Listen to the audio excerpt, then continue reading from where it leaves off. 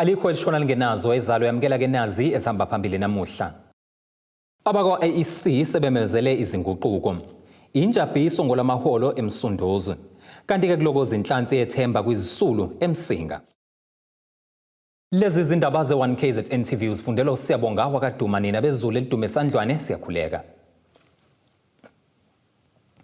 Inhlangano yengamela ukhetho ezimele I-Iec imemezele izinguquko ezizokwenzeka njengoba kuzoklanywa kabusha imingcele yezifunda zokuvota njengoba leli lilungiselela ukhetho likazwelonke langonyaka u2024.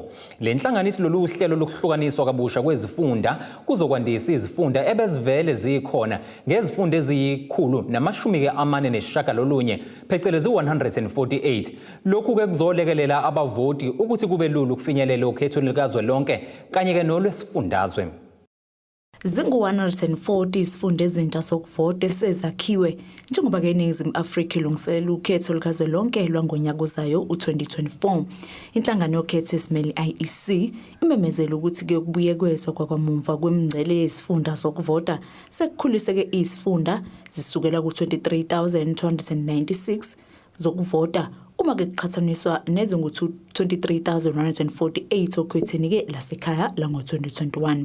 Ukwanda kwalezi zifunda kungenye ke yemizamo ye-I-Iec yokwenza kube lula ukufinyelela kwabavoti esikhungweni okhethweni likazwelonke kanye nolwesifundazwe.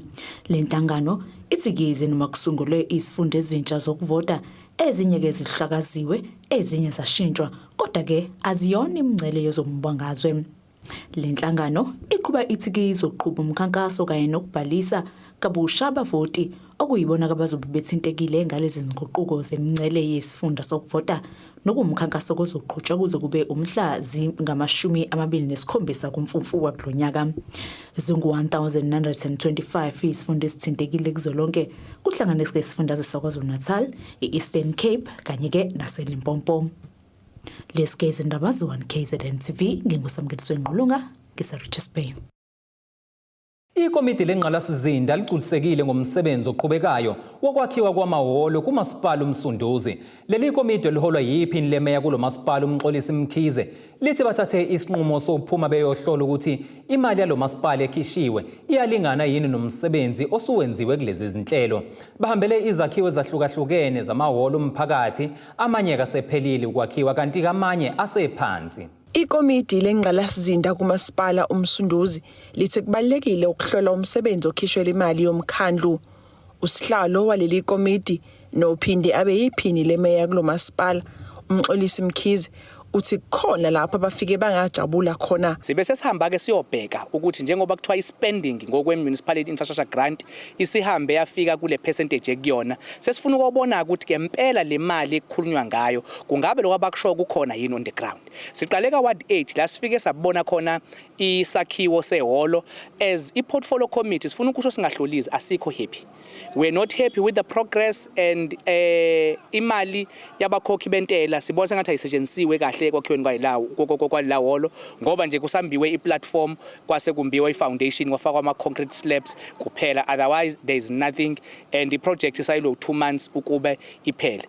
Kanti elinye ihholo abalihambelile elase-France bathi kusekusele kancane kuba liphothulwe. The last time sifika lapha sasingekho happy at all, but today I'm very excited and then you can see the smile on my face ukuthi there's been a huge improvement and the expected completion it's the end of the month and we believe that we can even agree to grant them an extension of a month, so therefore they are going to do the final touch-ups. Ihholo libuyele back to i-level ekumele libe kulona cause sebedela ama-earthworks, i-parking and finishing ngaphakathi. That's a great improvement compared to the last time sasilapha. Esifisa ke ukunxenxa kakhulukazi zakhamuzi ezakhele le ndawo lezi sizivakashele. Siyacela ukuthi lenqalasizinda bayivikele, siyacela ukuthi lamahholo bawaphathe ngezandla ezintofontofo ngoba lamahholo asiwakhele thina but sakhele wona umphakathi. Abayaphathe kahle bayivikele inqalasizinda ukuze nezizukulwane eziyokulandela zifice ingqalasizinda ikhona.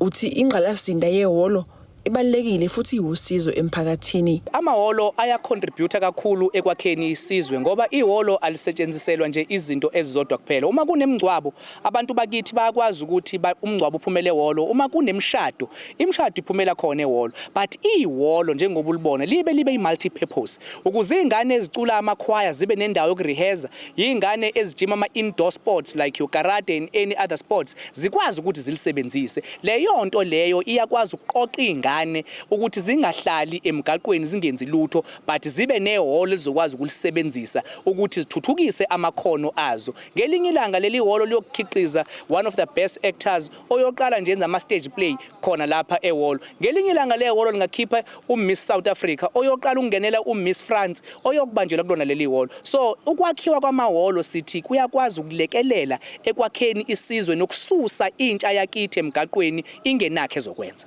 Ezindabeni ze-1KZNTV ngu-Ayanda Dube kusemgungundlovu. Liyabuya ithemba emndenini wakaSithole kanye nowakamkhize. Lokhu kuza emva kokuba ubuholi bamasipala uMsinga buphondelwe isoyi lokwakhela lemndeni yombili indawo yokufihla ikhanda esezingeni. Lemndeni ke ngeminye yemndeni yalinyalelwa izindlu ngenxa yezimvula kanye nomoya. Umeya walo masipala uDokotela uFelinkosi Sikhakhane uveza ukuthi nakuba ke kungewona umsebenzi obhekene nomasipala wedolobha kepha bakubone kufanele ukuba bangenelele bancede ngabanakho. Liyabuya ithemba emndenini wakaMkhize kanye nabakaSithole njengoba imeya yomasipala eMsinga ihambisana nekhansela kule ndawo behlaba isoyi lokwakhela lemndeni izindlu. Abantu ngiyabonga ngijabule bengingaboni bengingaboni ukuthi kuleyo nto izokwenzeka bengingaboni. Kanti umeya uDokotela uFelinkosi Sikhakhane uveza ukuthi benza lokhu ongangamandla omkhandlu. Ngiyafisa ukuzwakalisa nje ukuthi indawo le yakithi eMsinga indawo esasele kakhulu ezintweni eziningi. Ngakho ke noma sifisa ukuzama ukuthi nayo sithuthukise akwenzeki ngosuku nangesikhashana nje sincane.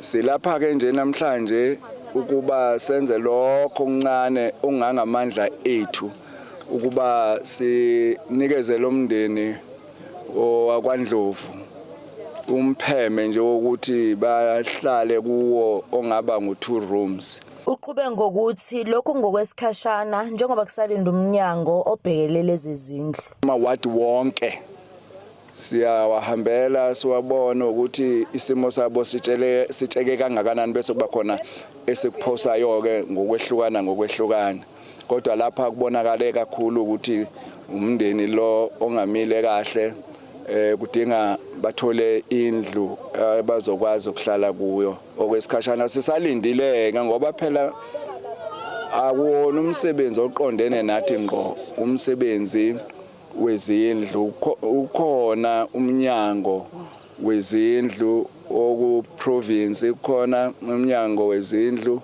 oku national kodwa ke asibangi lutho la sipatanisela nje ukuthi bengakafiki baqambe bafika bafeca abantu bekhona. Khona manje ikhansela la kule ndawo liveza ukuba baningi abantu ewadini abahlala ngaphansi kwesimo esinjengalezi. Ngithokoza kakhulu ukuthi ubameya namhlanje uzosika isoyi noma amasoyi la ewadini ka2 ngenxa yezimo umuntu ayaphila eyibona. Bona baningi umsakazi abantu abahleli ngendlela engafanele abahleli endaweni engafanelekile ukuthi ungathola umuntu phakathi kodwa nje kulaba esibahlonzile nama ward committee kulokhu umuntu uyakuthokozela kakhulu ukuthi iphupho lethu njenge ward committee yaleli ward liphumelelile namhlanje babumeya ukhona abantu bathokozile kakhulu ukumbona bathokozile futhi kakhulu ukuthi izimo zempilo zalabo abantu bakaMkhize kanye nabakaSithole zizoshintsha. Thobe kadladle ezindabeni ze-1KZNTV ngisemsinga. Ake sithi khulu kuqhushuyi ezitolo sihlangabeze emva kwekhefu.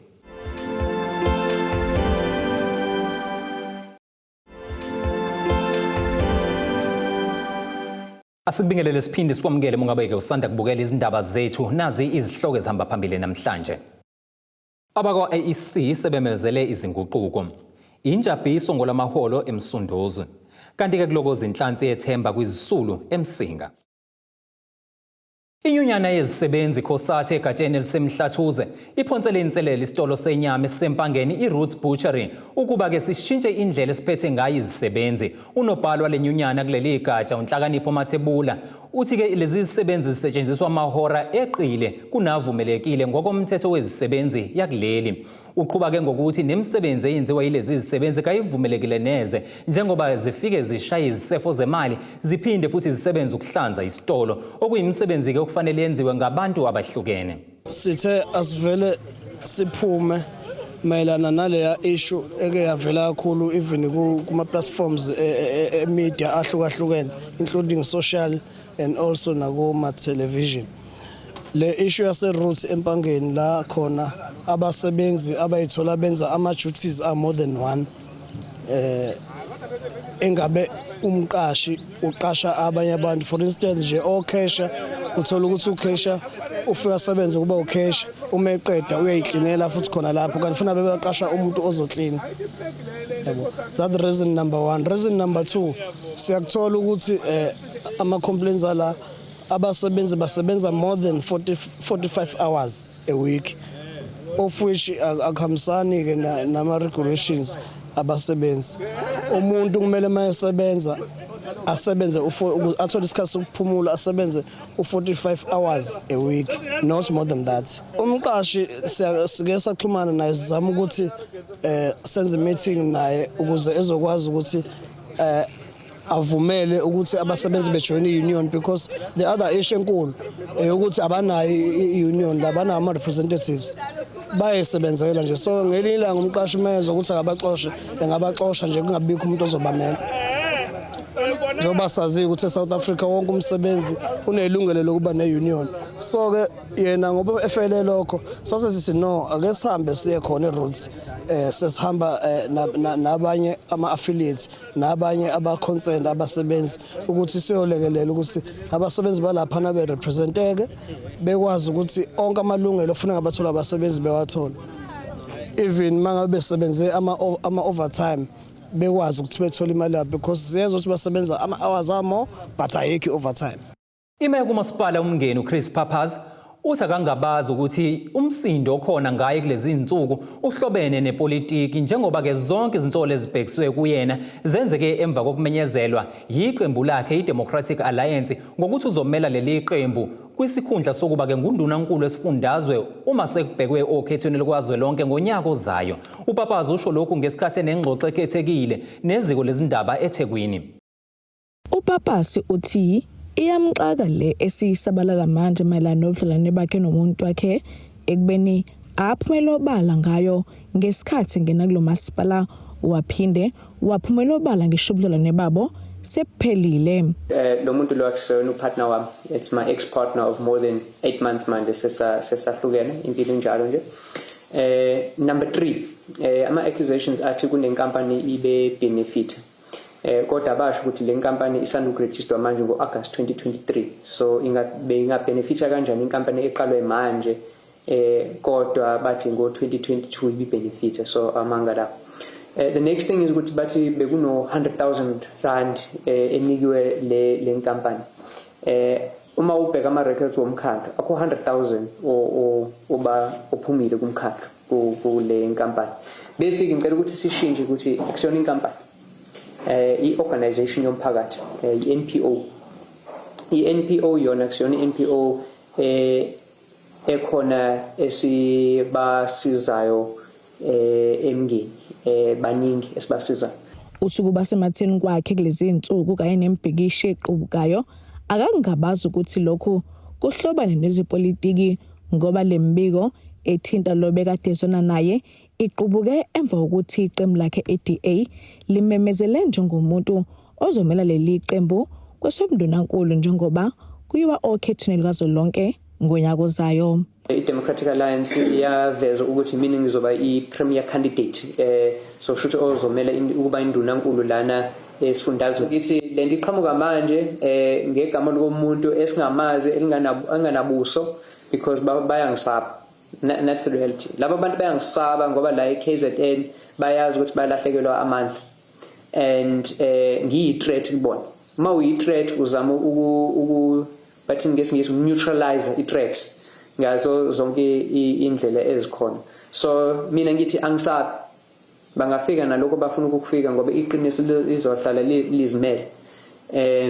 Angisabi ngizoba nesibindi nabantu baseKZN fanele babe nesibindi ngo-2024 ngoba basazoqhamuka nalezi zinto basabisa abantu ukuthi ungayovota ungayowenza lokhu nalokhu iba nesibindi ngoba ushintsho luzofika ngesibindi. Ephendula umbuzo mayelana nokuthi iqembu le-DA kukhona basakholwa ukuthi linenhleso yokucwasa kodwa yena ubonakala abantu bemkhonzile ngenxa yemisebenzi yakhe ayenze emngeni uthi abantu uzomele baqonde ukuthi bakubeke eceleni indaba yebala bese bebheka ukuthi iqembu kuyuphela kwenzayo elikwenzela umphakathi. Umthethosekelo wethu awuvumi ukuthi kuba nenhlangano yabelungu, inhlangano yamandiya, inhlangano yabantu abamnyama. That's the first point. The second point ngithi sesidlulile isikhathi lapho fanele ukhethe umuntu ngobala, fanele ukhethe umuntu ukuthi uyasebenza na. Bakhona mina ekamasipala wami abantu abaqasha abantu bamnyama abaningi. CFO, MM, bonke labo abantu bamnyama. Ngiyabaqasha not because abantu abamnyama, ngiyabaqasha because umsebenzi wami bayawazi. Nami futhi umsebenzi wami ngiyawazi. Nakwezinye indawo lapho esihola khona njenge-Democratic Alliance kunabantu abawazi umsebenzi wabo, black, white, colored, Indian bakhona. That's the next thing. Okunye ngithi uma ubona i-Democratic Alliance uma usihlanganisa sonke sigcwala ihholo ubona abelungu, ubona abantu bamnyama, colored, amandi, alikho elinye iqembu uma ubahlanganisa, uma usihlanganisa kubonakala kanjalo. Uhlanganisa i-ANC ubona ubalo wodwa, uhlanganisa i-EFF ubona ubalo wodwa. Singakha kanjani i-South Africa uma senze kanjani? So yes, sometimes kuba nengxoxo ezi-difficult vele kunjalo nasekhaya uma uhlala nomndeni wakho wonke angeke uvumelane nezinto, but okubalulekile ukuthi thina sihlanganisa abantu abahlukahlukene, Christian, Muslim, black, white, young, old, endaweni eyodwa. Sithi singakha kanjani ikusasa elingcono, ikusasa lapho esivumelana khona ukuthi sonke siyakhona in one direction. Kulona leli sonto uphiko lento le-ANC Youth League lubamba ubhekisho lobhekise emngeni lithi lifuna lo meya axoshwe noma asule aphinde aboshwe mayelana nezinto lezithi wakhiphela amathenda kakhulukazi ezokuvakasha lo bekade ethandana naye uJP Prinsloo. Kodwa Sibisi wezindaba ze-1KZNTV ku-Channel 261 ngiseThekwini. Abaphuzi bakatshwala bayanxusa ukuthi bangaphuzi utshwala kule nyanga kaMfumfu kuthi le mali abazoyisebenzisa ukuthenga bona banikele ngayo kwinhlangano elwisana nokusetshenziswa budlapha kwatshwala kanjalo nezidakamizwa iSANCA. Lona ke ngumkhankaso oqhutshwa ile nhlangano obizwa ngeOctober Dry Challenge. Abafisa ukubamba iqhaza kulomkhankaso bayanxusa ukuba baxhumane noSANCA eZululand kwinombolo ke ethi 035 772 3290. Abalandeli bekhasi la ku-Facebook elithi 1KZNTV News baphawulile ngalomkhankaso. Umpumi Mbambo uthi eMabangwe angeke bezibeyivumele. uDumi Ngema uthi hawu akukwazi. Ukhetho Majiya uthi hawu ngemali kabani kushisa kunje. uAndile Gcokama Nondaba uthi sebeyasilawula phela manje ngemali yethu hawunali ibhadi lethu sehlelwa yini ngempela. uSabelo Ndlanzi uthi sengivele ngiqalile. uPatrick Cashma Dropsy uthi ngeke nje mina ngathi ngomewa kwangempela. uBruce Mbovu uthi kumanje kunebhabhalazi nikhuluma ngani vele. uThobani Lindelani Mkhonza uthi ngathi nenhlangano iyabuhlaba nje. uNokuthula Manyathi uthi welele inganekwane ngoba komeke kumanje. kuzobujabu uthula kahle Mthembu uthi inganekwane. usibonile Dlamini uthi umuntu yokabuke. uLindo Kuhle F Mtshali uthi bathini ngabasebenza bakhiqiza utshwala balambe khona kuzophiwa bona imali ezobaholela. uEdgar Nkanyiso Mnguni uthi welele inganekwane. uNomfundo Khumalo uthi SANCA ayihambi yocela ama-donations ezinkampanini ezikhiqiza utshwala. uMancinza Nondaba uthi angamsani nalento ngoba ukungathengwa kotshwala kuzolimaza ababukhandayo nababudayisayo. uNtokozo Ndaba uthi bazosinika mahala. uBheki Zungu uthi njengoba ngome kuyimanje plus kuzimfrayi. Ake siphinde sihlabe ikhefu nansi ingosi yezomnotho masibuya.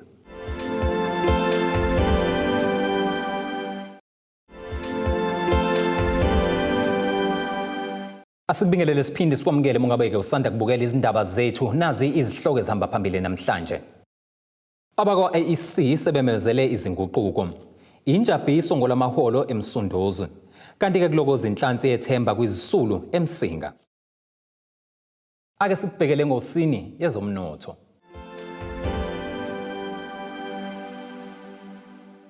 Irandi lakuleli izimakethe zivalele u19.51 maliqhathaniswa nedola laseMelika, libe u23.75 maliqhathaniswa nopondo waseBrithani, liphinde libe u20.56 maliqhathaniswa ne-euro lase-Europe. Igolide ke lona $1,820.75 i-ounce, kuthi uwele ongahluziwe ube u$84.07 umphongolo. Ake sikubhekele ngosini yezemidlalo.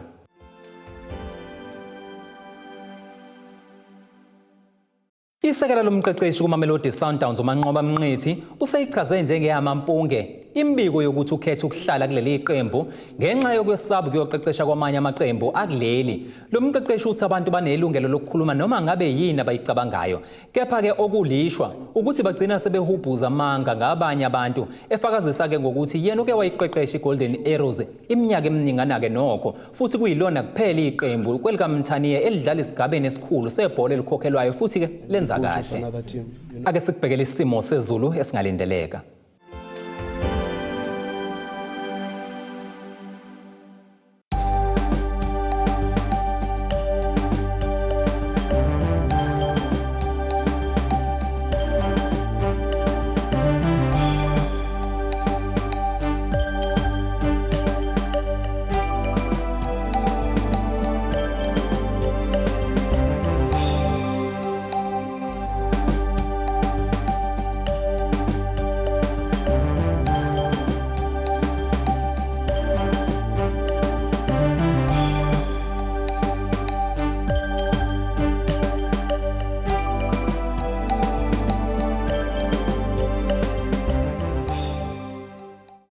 Zulu mnyama undlela zimhlophe siyaziguqisa ke namhlanje hlangabezana kanjani ithimba ngomsombuluko ngaso futhi isikhathi esifanayo.